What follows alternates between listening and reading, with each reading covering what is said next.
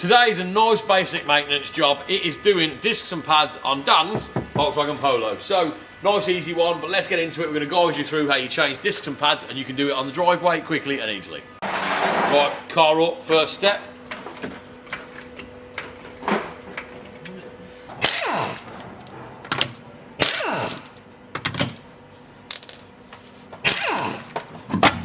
The reason for this, we can see there's a fair amount of meat left on the pads. They're not horrendous, but they've been binding. So, I mean, we can see there's plenty of age in the discs. They're lipped fairly severely, so it's worth a change. For the price of the parts, it really is negligible money not to be able to do this and make sure your braking is tip-top and that it's safe. The first step when you get to this point where the wheel's off is you'll look at the back of the caliper here. There is a cap here, a little plastic cap, and there's also one at the bottom. And then all you need to do is take a 7mm Allen key piece, and there is the brake, the slider for the caliper is in there. So once you've got that in, obviously undo it. Normal way, left to loosen it, right to tighten it. So you undo those, wind them out, and then the caliper will come away, and you'll be left with the carrier, which we're going to get off next. Hashtag number 3. Oh, it's got to be that, isn't it? When you remove that bolt, that's what it's going to be. It's one of the caliper sliders. This is in really good condition. I'm going to give this a little bit of a clean up and a grease, and it can go back in because that is in great nick. Once you've got the two sliders out, you need to slide the caliper off. So the carrier piece is going to stay in place, and the pads are probably going to prise out because you're going to lever against the pad there. As you can see, caliper starts to slide off. They're a little bit finicky on these because the pads are clipped in that way, but a little bit of leverage usually gets it budged. This one's not seized, but it's on there fairly well. Yeah, so basically we need to pop it off that pad retainer there. So I might have to just give it a bit of extra leverage and actually bend those brackets up because we're going to have new ones on the new pads anyway, so it's not the end of the world. But whatever it is to get the job done faster, essentially.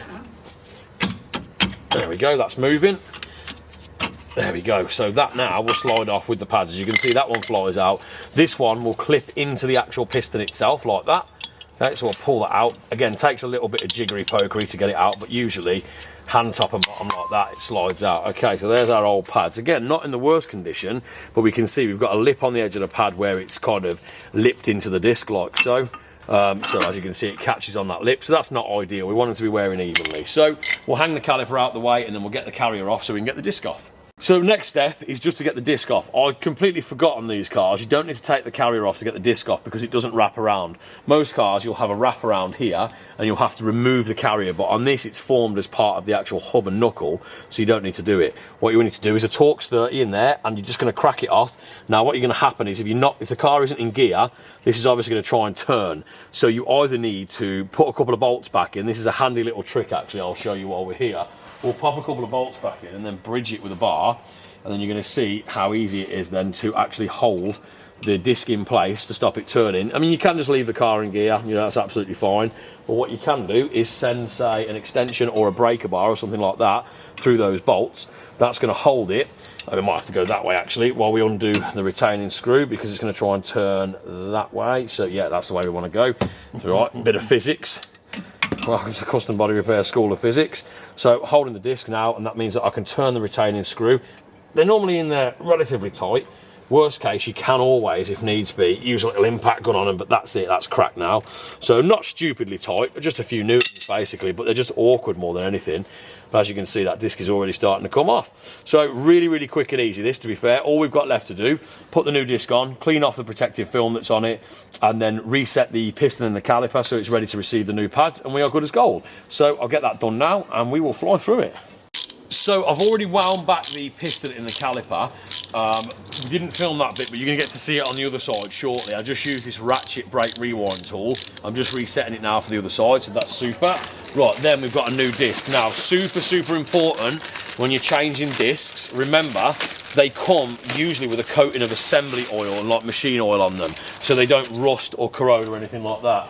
It is really important that you clean that coating off because that is effectively greasing your brakes. And we all know that brakes do not belong anywhere. Well, the discs and pads don't want to have any grease near them. So all you do, a good brake cleaner like this is one from E-Tech, give it a good spray, wipe all that greasy coating off, and make sure the disc is completely free of any of that oil or assembly coating.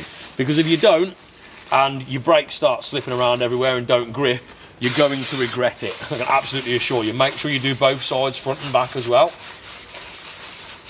And that's fine. That's now completely dry and not greasy whatsoever. So super important tip, but make sure you do that. Also exactly the same on clutches as well. When you do a clutch, you have to clean off the friction plates because again, they come with assembly oils on, and otherwise your clutch could slip or it could misalign or misadjust. So make sure you do that. Super important tip, only takes a few seconds, but will save you a lot of hassle. Retaining screw hole was, which is there, and then send that back in. And it's literally all that holds the disc on, really, because when the wheel's on, obviously that holds it all to the hub and sandwiches the disc anyway. So super, super easy. We'll just put that in and we'll give it a little pinch down. I don't like to go crazy with these. I just like to pinch them up because they don't need over tightening, because the next person that comes to take them off will just strip the screw and end up having to drill it out, and that is a nightmare that nobody needs. So just literally a pinch like that is enough. There we go. Simple as that. Discs on, pistons pushed back. You can see I've just engaged that pad in the same way it was before, and the other one's clipped into the piston, and now because it's pushed back, it slots over nicely. So all we've got to do now is seat that where it needs to go, put our slider bolts back in, and we are good as gold. So I'll get that done now. Just make sure that's snugged up and where it needs to be. A little tap normally helps. Okie dokie. Right, so what we'll do is I'm going to grease up the sliders carefully. We'll just leave that. It shouldn't go anywhere. We'll just put a hand on it. Right, I'm going to grease up the sliders. So I always like to make sure these have got a little bit of grease on them because they like to bind up and seize. So a little bit of grease just like that as you send it in will help it massively. So, and then you can obviously find the location as to where that needs to go. You have to push it past like a seal, as you'll see. So go with our 7mm again, push that in. There you go. It's a little bit fiddly just to get the alignment right here, but as soon as it grabs the thread, you know about it.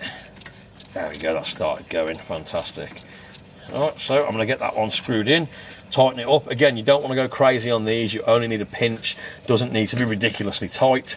So there we go, we'll cut back in a second when we've got them both done up and the caliper's back on.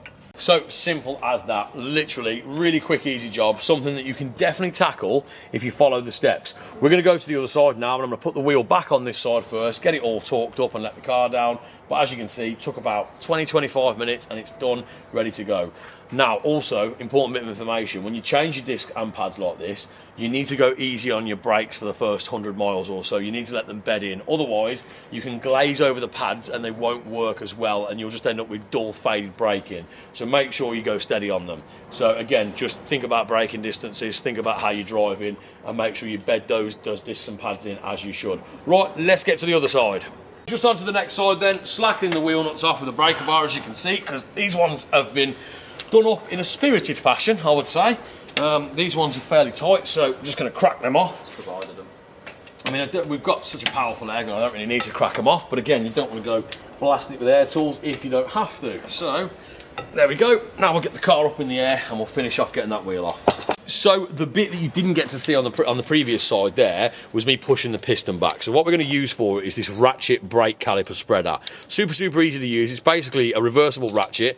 And as you can see, you turn it one way and these pads essentially push apart, okay? So it's going to spread that piston back, turn it the other way and it closes up. So what we're going to do is start with it fully closed like so, put it into the gap there. And then all we have to do, have it quite central over the piston. You start basically operating that ratchet mechanism, hold the caliper steady. At first it's going to be a little bit firm, but then as it starts pushing back, it's just going to go quite easy. So you'll see that that's going to end up being right back there, reset in place. So again, can be quite awkward when you're holding the caliper floating, but once you get going, super easy. And again, just take it steady. You don't want to absolutely race through it because you don't want to push it back too fast, but just hold it in position like so. And there you go, that piston's going back nicely.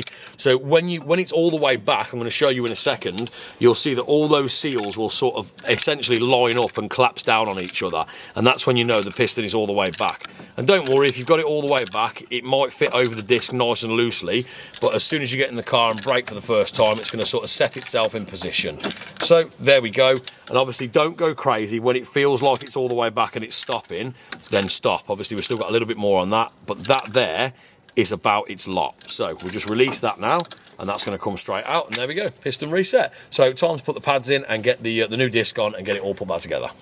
Putting this side back together is exactly the same as the other side. Super, super simple. Just follow the steps on the previous side.